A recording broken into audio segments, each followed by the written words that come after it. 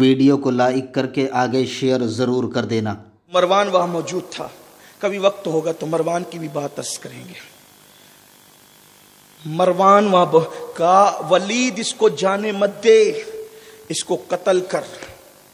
امام علی مقام رک گئے، علی کا بیٹا ہے نا، فاتح خیبر کا بیٹا، جرأت ہے نا، جرأت، رک گئے۔ ولید تو قتل کرے گا یا یہ قتل کرے گا مجھے؟ یہ جس کو ناک صاف کرنی نہیں آتی، امام نے کہا جس کو ناک، یہ سیدھے ہاتھ سے ناک صاف کرتا ہے، اس کو ناک صاف کرنے کا ڈھنگ نہیں ہے، یہ مجھے قتل کرے گا۔ ولید نے کہا آپ چھوڑیے اس کو، آپ تشریف لے جائیں، اور امام علی مقام تشریف لے گئے۔ اب دلوں پہ ہاتھ رکھ کر کے کربلا کی داستان سنیے۔ امام گئے اور جانے کے بعد اپنے گھر والوں کو بلایا اور میٹنگ کی۔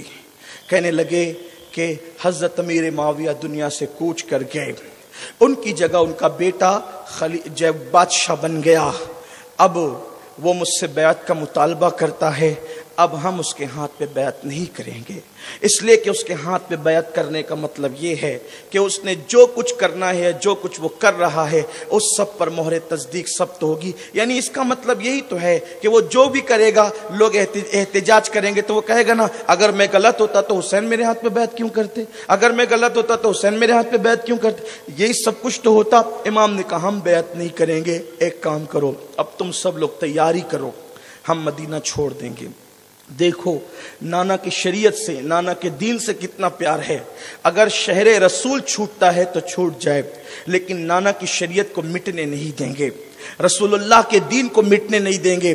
آپ غور کریں، 8 دن جب کوئی بندہ حج کو جانے کے بعد 8 دن مدینہ شریف میں رہتا ہے، 10 دن مدینہ شریف میں رہتا ہے، اور جب اس سے کہا جاتا ہے، ٹور والے کہتے ہیں یا کمپنی والے کہتے ہیں اب ہمیں چلنا ہے، نکل جانا ہے یہاں سے، امام اہل سنت نے بھی کہا ہے نا کہ ہو گیا دھک سے کلیجہ میرا، ہائے رخصت کی سنانے والے، اور ایک مقام پہ کہا ہے یا قافلتی زیدی اجلک رہ میں برحس لب تشن لبک، مورا جیا را لرجے درک درک، طیبہ سے ابھی نہ سنا جانا، طیبہ سے ابھی نہ سنا جانا، ابھی جانے کی مت سناؤ، میرا دل دھک دھک کرتا ہے یہ سن کر کے۔ میرے پیارے آقا صلی اللہ علیہ وسلم کے دیوانوں، وہ شہربانوں جو مدینہ منورہ تک آئی تھی اور پھر مدینے میں آ کر جو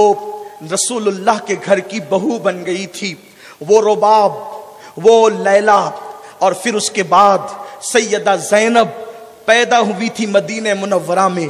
رسول اللہ نے جن کے کانوں میں اذانیں کہیں، جن کو اپنے لعاب سے گھٹی دی، حضرت سکینہ، حضرت ام کلثوم جو سیدہ زینب کی سگی بہن، حضرت صغرا فاطمہ، اس طرح سے حضور کا کنبہ پورا۔ اللہ اکبر۔ جیسے امام نے کہا اب ہم مدینہ چھوڑ دیں گے، بجلی سی لوگوں کے دلوں پر گری، اور ہائے اور آہو فغاں کا ایک ماحول گویا کہ بن گیا ہوگا۔ اہل بیت کے جو ہے وہ سامان اب باندھے جانے لگے اور شام کا انتظار ہونے لگا۔ جیسے ہی دوپہر کا سورج ڈھل کر شام کی آگوش میں گیا، اور شام کے وقت سورج نے اپنا منہ مدینہ منورہ کے جو ہے وہ افق میں چھپایا، اور پھر دھیرے دھیرے اس نور والے شہر پر نورانی سیاہ رات نمودار ہونے لگی۔